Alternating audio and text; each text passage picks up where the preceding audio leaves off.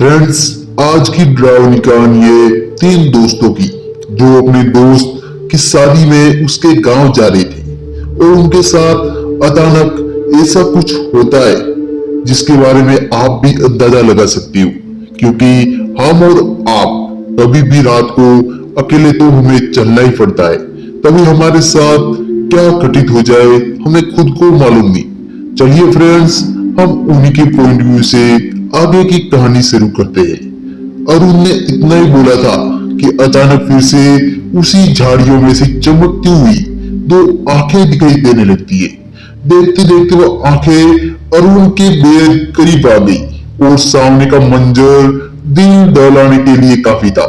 अरुण ने देखा उसकी आंखों के सामने एक लंबी चौड़ी औरत खड़ी हुई थी जिसका चेहरा पूरी तरह से काला और जला हुआ था। उसके चेहरे पर उसकी आंखों थी नहीं, उसकी आंखों की जगह आग जल रही थी। अरुण, रवि, तुम तीनों दोस्त मिलकर अपने दोस्त ऋषि की शादी में उसके गांव जा रहे थे। ऋषि ने तीनों को कॉल कर कर अपना शादी में बुलाया था। दोस्त की शादी पर तीनों खुशी के मारे एक साथ निकल पड़ते हैं। अरुण, रवि और तरुण तीनों ही एक शहर पे रहते थे और ऋषि का गांव शहर से एक दिन का सफर पे था। तो तीनों डिसाइड किया कि तीनों अरुण की कार से मजे लेते हुए साथ में मस्ती करते हुए जाएंगे। तीनों गाड़ी में बातें करते हुए जा रहे थे कि तब एक काला छाया और उनकी कार के सामने बहुत तेजी से गुजरता हुआ अरुण की बड़ी स्पीड से कार के ब्रेक दबा दिए। अचानक मौसम खराब हो गया, धीमी धीमी बरसात भी शुरू हो गई। आसमान में काले बादल छा गए, बिजलियां कड़कने लगती है। वरुण बोलता है, क्या बात है यार, अचानक गाड़ी क्यों रोक दी? वरुण बोलता है, पता नहीं, मुझे ऐसा लगा जैसे सामने से कोई गुजर गया हो। रवि बोल पड़ता है, इतने में अब एक चलती गाड़ी के आगे से कोई गुजर कर जाएगा तो अब तक किसी रोड पे मरा पड़ा होता। तेरा रॉन्ग होगा। वैसे ऋषि का गांव अब कितनी दूर रह गया है? लगभग 6 घंटे और लगेंगे, यह अरुण बोलता है। अरुण की बात सुनकर सभी दोस्त अरुण की ओर देखने लगते। यार, इस रूट से तो 6 घंटे ही लगेंगे, क्यों ना हम कालीना वाले रूट से शॉर्ट कर लेते हैं, वहां से सिर्फ 2 घंटे ही लगेंगे हमें जाने में। पागल हो गया यार, क्या तुझे पता नहीं कि वो रास्ता बड़ा खतरनाक है, वहां पर लोगों की अक्सर लाशें मिलती है कि ये शॉर्टकट तो हमें भारी न पड़ जाए। ये सब बकवास है, मीडिया वाले बिना टीआरपी के लिए कुछ भी बोलते, हम उसी शॉर्टकट लेते हैं। और उनके बहुत समझाने पर भी उसके दोस्त नहीं माने। मजबूरन अरुण ने उसी शॉर्टकट पर गाड़ी लेनी पड़ी। रात का अंधेरा चारों तरफ फैला हुआ था, हवाओं ने अपना रूप तेज कर दिया था। चारों तरफ सिर्फ और सिर्फ चाय चाय की आवाज आ रही थी। ऐसा लगता था जैसे अरुण और उसके दोस्त उस रोड पर अकेले हो। जंगल के बड़े बड़े पेड़ रात के अंधेरे में किसी राक्षस की तरह लग रहे थे। अरुण के चेहरे पर एक डर था। वो उस रोड पर बहुत तेजी से गाड़ी ड्राइव कर रहा था। उसके ड्राइव करने का अंदाज ऐसा लगता था मानो कि वह जल्द से जल्द उस रोड से निकलकर जाना चाहता था। तभी अचानक एक बहुत बड़ी बिल्डिंग उसी कार के सामने आकर खड़ी हो जाती है। अरुण ने बड़ी स्पीड से कार के ब्रेक दबा दिए। उस बिल्ली को देखकर तीनों दोस्त के माथे पर पसीना आने लगा। उस बिल्ली का कद आम बिल्लियों से बहुत अलग था। उसकी आंखें रात के अंधेरे में अजीब से अंदाज में चमक रही थी। अचानक वो चिल्लाती हुई जंगल की तरफ भाग जाती है। रवि और तरुण डरते डरते अरुण की ओर देखकर कहते, ये क्या वाला थी?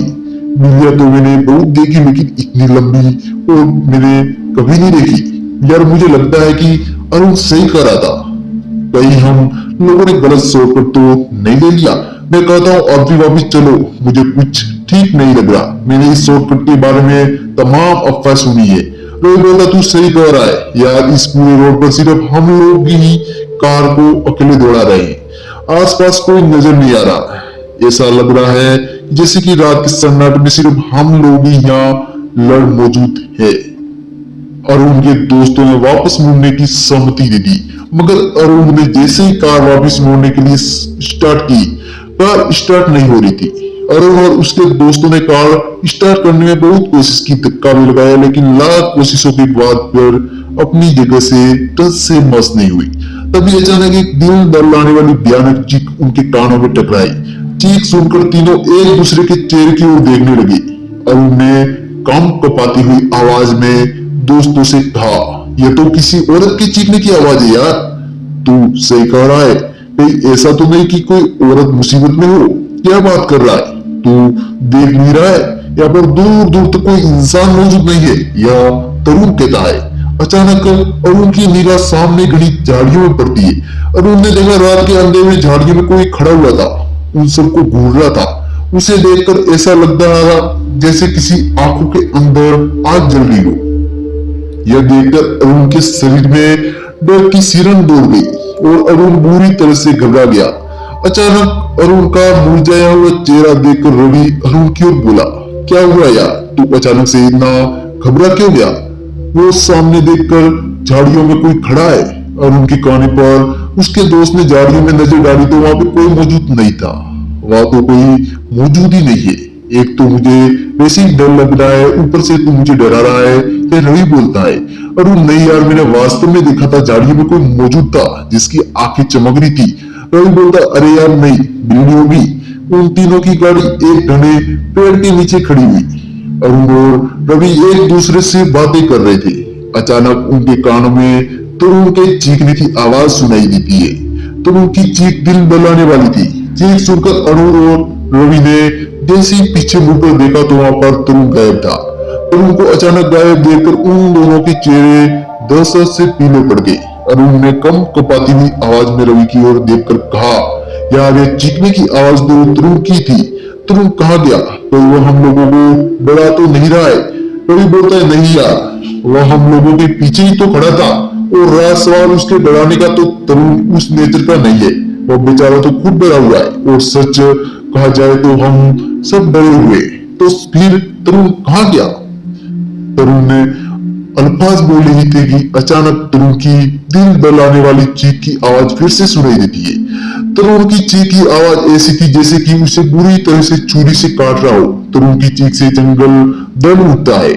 कुछ देर बाद तरुण की चीखने की आवाज शांत हो जाती है। सब तरफ खामोशी छा गई। अरुण रवि से कुछ कहना ही वाला था कि तभी अचानक घने के पेड़ के नीचे से तरुण की लाश धड़ाम से नीचे गिरती है। तरुण की लाश को देखकर दोनों के गले से चीख निकल गई। अरुण ने देखा कि तरुण की लाश जमीन पर पड़ी हुई थी। लाश देखकर अरुण और रवि के दिमाग में एकदम से खलबली मच जाती है। उन दोनों ने देखा कि तरुण की लाश से आंखें गायब थी। उसके चेहरे का मांस जगह जगह से कटा हुआ था। ऐसा लगता था जैसे कि किसी जंगली जानवर ने उसके चेहरे को पूरी तरह से फाड़ दिया हो। तरुण का भेजा बाहर निकला हुआ था। रवि ने चिल्लाते हुए अरुण की ओर देखकर कहा, हम सबकी जान खतरे में। अरुण भला इसी में कि हम यहाँ से भाग जाते। अरुण लड़ते हुए रवि की तरफ देखकर बोला, लेकिन तरुण मर चुका है और अगर हम लोग ऐसे ही यहाँ पर खड़े रहे तो कुछ देर बाद हमारा भी खात्मा हो जाएगा। इतना कहकर वो दोनों तरुण की लाश को छोड़कर भागने लगे। लेकिन उन दोनों के साथ एक अजीब प्रक्रिया हुई थी और दोनों बहुत देर तक भागते रहते, लेकिन घूम फिर कर वही उस कार के पास आकर खड़े हो जाते। उन दोनों की सांस फूलने लगी थी। थक हार कर वो अपनी कार के बाहर ही बैठ गए। अरुण हाँफते हुए बोला, यह सब क्या हो रहा है यार? हम चाहे कितनी भी दूर भागकर चले जाते लेकिन घूम फिर कर यहीं पर वापस क्यों आते हैं? मेरी भी कुछ समझ में नहीं आ रहा। काश मैं तेरी बात उस वक्त मान लेता। हमें शॉर्टकट नहीं लेना चाहिए था। आखिरकार क्या राज है इस जंगल का? कौन है जो हमें मारना चाहता है? मैंने सुना है कि इस जंगल में काफी साल पहले आदिवासी रहा करते थे जो काला जादू करते थे। कहते हैं कि वो दुनिया से अलग अलग रहते थे। जब अंग्रेजों ने जंगल काट कर रोड बनाना शुरू किए तो इस जंगल के आदिवासियों ने अंग्रेजों को ऐसा करने के लिए मना कर दिया। बाद में अंग्रेजों ने सारी आदिवासियों को जिंदा जला दिया गया था। कहते हैं कि उनकी आत्माएं आज भी इस जंगल में भटकती है और कोई भी रात में अगर भूला भटका मुसाफिर यहाँ पर फंस जाता है तो वो कभी भी यहाँ से बाहर नहीं निकल पाता। अगर ऐसी बात थी तो तुमने पहले मुझे क्यों नहीं बताया? अरुण बोलता है, मैं बताना चाहता था लेकिन तुम लोग मेरी बात पर यकीन ही नहीं कर रहे थे। अचानक अरुण बात करते करते चीखते रवि से बोला, तरुण की लाश कहाँ गई? जैसे रवि ने देखा तो वहां पर अरुण की लाश गायब थी। अचानक रवि की निगाह घने पेड़ के ऊपर की ओर चली गई। उसने देखा तरुण की लाश उस पेड़ पर खड़ी हुई वैसी अंदाज में उन लोगों की ओर देख कर हंस रही थी। तरुण के हंसने की आवाज सारे जंगल में गूंज गई। अचानक देखते ही देखते तरुण के हाथ बहुत लंबे हो गए और उन हाथों ने रवि की गर्दन को बुरी तरह से दबोच लिया। रवि का दम घुटने लगा। रवि अपनी जान बचाने के लिए हाथ पैर छटपटाने लगा। अरुण ने रवि को बहुत बचाने की कोशिश की मगर वो नाकाम रहा। अचानक उन दोनों हाथों ने रवि को उस पेड़ के ऊपर खींच लिया और देखते ही देखते वो दोनों अरुण की आंखों के सामने ओझल हो गई और रवि दिल दहला देने वाली चीख और अरुण के कानों में टकराई और कुछ ही सेकंड के बाद रवि की लाश अरुण के सामने पड़ी हुई थी। अरुण वहां पर अब अकेला बचा था। उसके दोनों दोस्त मारे जा चुके थे। अरुण चिढ़ते हुए बोला, आखिर कौन हो तुम? उस पेड़ के ऊपर जो भी हो सामने क्यों नहीं आता? अरुण ने इतना बोला था कि अचानक फिर से उस झाड़ियों में चमकती हुई दो आंखें दिखाई देती है।